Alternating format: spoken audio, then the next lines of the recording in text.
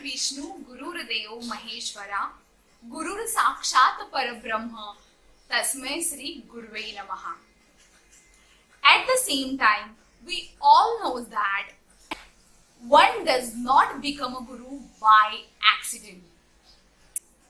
Friends, जैसा कि आप सब जानते हैं कोविड-19 का इम्पैक्ट हर एक सेक्टर पे हुआ है और एजुकेशन सेक्टर भी इससे दूर नहीं है. पर लर्निंग कभी नहीं रुकना चाहिए. The show must go on. यही सही टाइम है कि जहां पे हमें बहुत अच्छी तरीके से स्ट्रेटजी बनानी है. हमें हमारे स्किल्स को डेवलप करना है, टेक्नोलॉजी को सीखना है, सिचुएशन से कोई कंप्लेंट नहीं करनी है.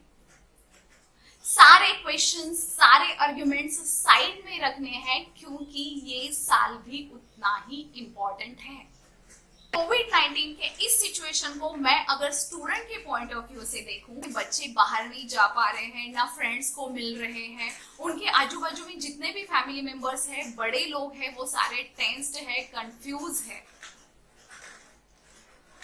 तो बच्चों के मन में बहुत सारे सवाल है कि स्कूल कब स्टार्ट होगा, ऑनलाइन लर्निंग कैसे होगा, उससे कुछ मैं सीख पाऊंगा या नहीं, ऐसे बहुत सारे सवाल उनके मन में है.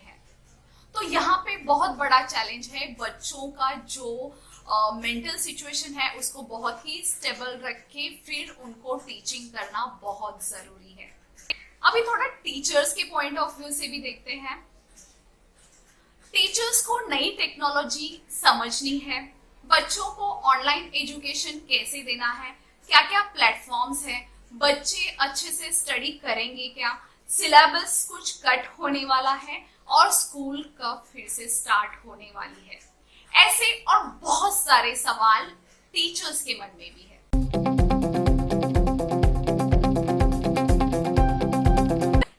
Hello everyone, this is Neha and you are watching Parmashish Shah.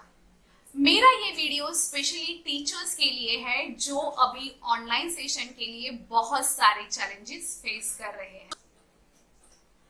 हमारे जो रियल गुरु है जिसमें टीचर्स भी आते हैं, तो कोविड-19 की ये ऑनलाइन सेशंस में बच्चों को लर्निंग और इंटरेक्टिव और हेल्पफुल बनाने के लिए क्या करना चाहिए, नहीं करना चाहिए, इन सब के बारे में मैं ये वीडियो में डिस्कस करूँ. And I am sure that this video will be really helpful for the teachers to make their online sessions very interactive and students will also enjoy their learning.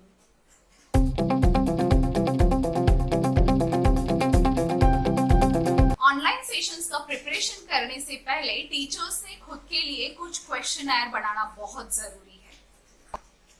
Online classes के पीछे reason क्या है, technology क्या है, मेरे लिए best platform क्या है, इसके लिमिटेशंस क्या है, चैलेंजेस क्या है और बेनिफिट्स भी क्या है, और वो कौन कौन से तरीके हैं कि जिसकी वजह से मैं ये सेशन को बहुत ही ज्यादा इंटरेक्टिव बना सकता हूं.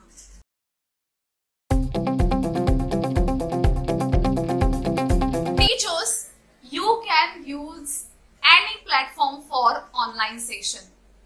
ऑनलाइन सेशंस के लिए ओपन रिसोर्सेस का इंफॉर्मेशन लेना बहुत जरूरी है, उनकी अच्छी तरह से जानकारी, एंड उसके बाद आप अपने तरीके से जो आपको सही लगता है, जो आपके लिए फ्रेंडली और सुटेबल होता है, आपके रिक्वायरमेंट के अनुसार, वो ऐप के थ्रू, वो सोर्स के थ्रू आप अपना ऑनलाइन सेशन कर सकते हैं. जूम ऐप यूज कर सकते हैं, लाइव यूट्यूब, गूगल क्लासरूम, इसमें बहुत सारे एप्स हैं. इसमें ओपन LMS रिसोर्सेस भी है.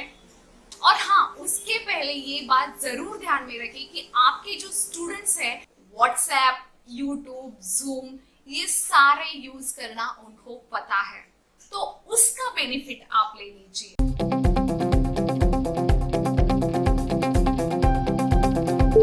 सबसे पहली और जरूरी बात है कि आप ऑनलाइन सेशन स्टार्ट कैसे कर रहे हैं.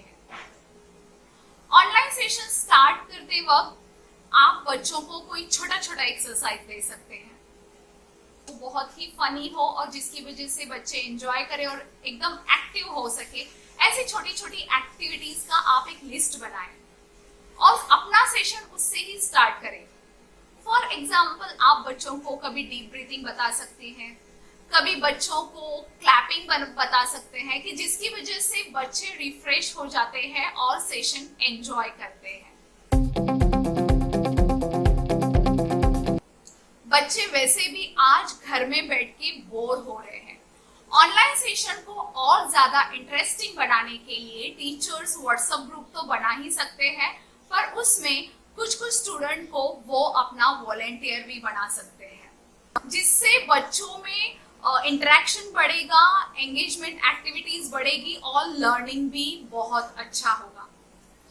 आप छोटा टास्क अपने कुछ स्टूडेंट को असाइन करें और उनको वो ग्रुप में डिस्कस करने के लिए बोले, तो इससे क्या होगा, student will also feel happy कि टीचर ने मुझे कुछ रिस्पॉन्सिबिलिटी दी है।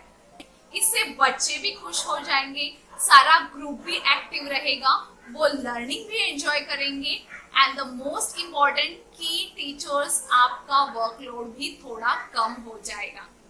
मेक श्योर कि ये सारे सोर्सेस के थ्रू आप अपने स्टूडेंट को पूरी तरह से एंगेज रख रहे हैं।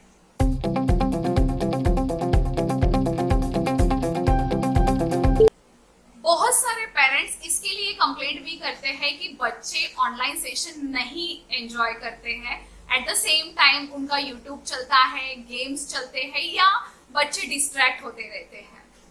इसके पीछे रीजन क्या है? ये है कि बच्चे ऑनलाइन सेशंस एंजॉय नहीं करते हैं, वो इंटरेक्टिव नहीं होते हैं।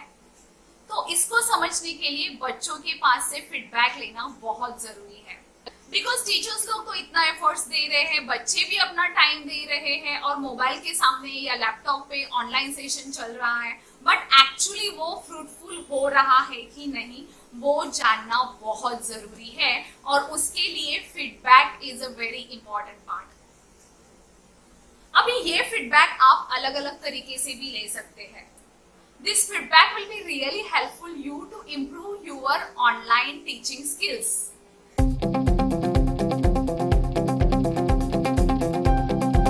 स्टार्टिंग में बच्चे पूरी तरह से एक्टिव रहते हैं, पूरी तरह से कॉन्सेंट्रेट रहते हैं, पर जैसे जैसे सेशन आगे बढ़ते जाता है बच्चों का डिस्ट्रैक्शन स्टार्ट हो जाता है।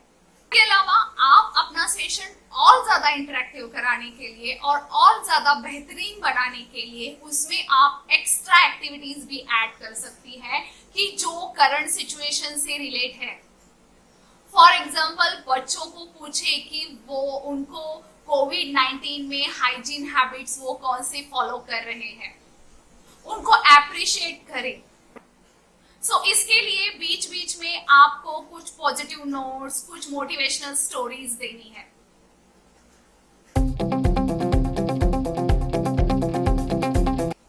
ऑनलाइन सेशंस में बच्चे घर में हैं और टीचर अपने घर से मोबाइल के थ्रू या लैपटॉप के थ्रू ये ऑनलाइन सेशन करा रहे हैं।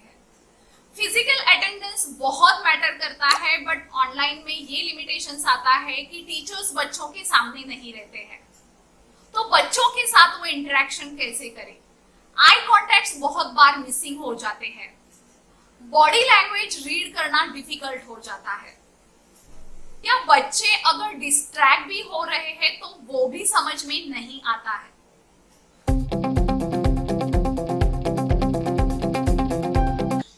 आप अपना ऑनलाइन टीचिंग कैसे इंटरेक्टिव बना रहे हैं मुझे कमेंट्स में जरूर